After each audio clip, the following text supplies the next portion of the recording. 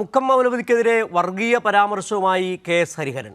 മുക്കം മൗലവിക്ക് മുട്ടിയിട്ട് സ്റ്റേജിന് പിന്നിൽ നിസ്കരിച്ചു. വടകരയിലെ UDF വേദിയിലായിരുന്നു ഹരിഹരൻ്റെ ഈ വിവാദ പരാമർശം. കോഴിക്കോട്ട് CAA-ക്കെതിരെ ഒരു വലിയ റാലി നടക്കുകയാണ് കടപ്പുറത്ത് LDF-ൻ്റെ. അവിടെ ഉണ്ട് ഒരു മൗലവി വാങ്ക് വിളിച്ചപ്പോൾ നിസ്കരിക്കുന്നു. മുക്കത്തുനിന്നുള്ളൊരു മൗലവി വാങ്ക് വിളിച്ചപ്പോൾ സ്റ്റേജിൽ പിണറായിൻ്റെ പിറകിൽ നിസ്കരിക്കുക. മൗലവിക്ക് അതിന് ബീച്ചിൽ തൊട്ടടുത്ത് പള്ളിയുണ്ട്, അവിടെ പോയി നിസ്കരിച്ചാൽ മതി. പക്ഷേ അതുപോലെ LDF-ൻ്റെ റാലീൻ്റെ സ്റ്റേജിൽ നിന്ന് നിസ്കരിച്ചാലേ മതന്യൂനപക്ഷങ്ങളോട് LDF-നുള്ള കൂറ് തെളിയിക്കാൻ പറ്റൂ. എന്നാൽ ആ സ്റ്റേജിൽ എളമരം കരീമുണ്ട്, VKC മമ്പന്ന് കോയുണ്ട്, മെഹബൂബുണ്ട്, അഹമ്മദ് ദേവർഗോലുണ്ട്. അവരാരും നിസ്കരിക്കുന്നില്ല. VKC മെഹബൂബൊക്കെ പോട്ടെ, അഹമ്മദ് ദേവർഗോവിൽ നിസ്കരിക്കണ്ടേ? അയാൾക്ക് നിസ്കാരം വേണ്ട. ആ സമയത്ത് അയാൾക്ക് നിസ്കാരം വേണ്ട. മുക്കം മൗലവിക്ക് നിസ്കരിക്കാൻ മുട്ടിയിട്ട് ഈ പിണറായിലിരിക്കുന്ന സ്റ്റേജിൻ്റെ പിറകിൽ നിന്ന് നിസ്കരിക്കുകയാണ്. അതിങ്ങനെ ലോകം മുഴുവൻ കാണുക. എന്ത് രാഷ്ട്രീയമാണ്? എന്ത് രാഷ്ട്രീയമാണ്? അതിൽ പ്രശ്നമില്ല. ശൈലജ ടീച്ചറുടെ ഫേസ്ബുക്കിൽ വന്നൊരു കാര്യമുണ്ട്. നമ്മളാരും ഇലക്ഷന് ഈ വാർത്തയുടെ കൂടുതൽ വിവരങ്ങളുമായി ഞങ്ങളുടെ പ്രതിനിധി ജോഷില ഒരിക്കൽ കൂടി ചേരുകയാണ്. ജോഷില, കരുതിയതിനേക്കാൾ കൂടുതൽ കടുത്ത വിഷമാണ് KS ഹരിഹരൻ എന്ന് രണ്ടാമത്തെ ആ വാക്കുകൾ കൂടി തെളിയിക്കുകയാണ്. ഒരു CAA-ക്കെതിരെ എതിരെ നടന്ന ഒരു യോഗത്തിൽ മൗലവി നിസ്കരിച്ചതിനെ എത്ര വർഗീയമായാണ് KS ഹരിഹരൻ കണ്ടത് എന്നുള്ളതാണ് അദ്ദേഹത്തിൻ്റെ വാക്കുകളിലൂടെ പുറത്തു വന്നിരിക്കുന്നത്. ഒരുപക്ഷെ ആ പ്രസംഗത്തിലുടനീളം പരിശോധിച്ചാൽ വീണ്ടും കൂടുതൽ വിഷം നമുക്ക് കണ്ടെത്താനും കഴിയും. എന്താണ് ഇതുമായി ബന്ധപ്പെട്ട് കൂടുതൽ പറയാനുള്ളത് ജോഷില?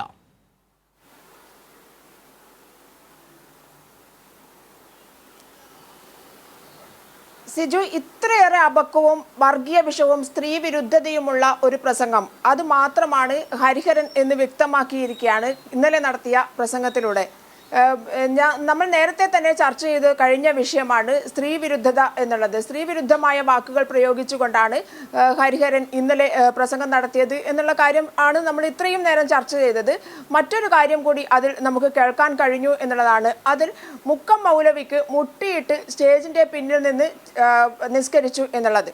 ഒരാൾക്ക് നിസ്കരിക്കാൻ തോന്നുമ്പോൾ നിസ്കരിക്കാം, പ്രാർത്ഥിക്കാൻ എപ്പോൾ തോന്നുമ്പോൾ വേണമെങ്കിലും പ്രാർത്ഥിക്കാം. ഇതൊക്കെ തന്നെ മതേതര ഇന്ത്യയുടെ ഒരു നല്ല സ്വഭാവം എന്ന് വിശേഷിപ്പിക്കാവുന്ന ഗുണങ്ങളാണ്.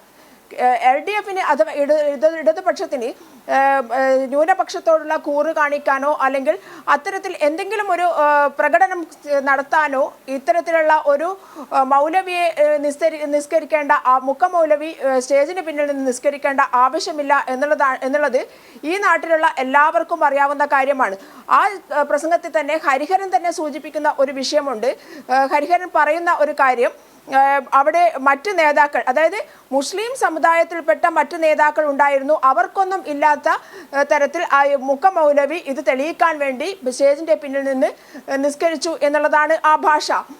എന്നാൽ ആര് നിസ്കരിക്കണം, എപ്പോൾ നിസ്കരിക്കണം, എപ്പോൾ ആരൊക്കെ പ്രാർത്ഥിക്കണം എന്നുള്ളത് നിശ്ചയിക്കേണ്ടത് ഹരിഹരനല്ല എന്നുള്ളതാണ് മറ്റൊരു വസ്തുത.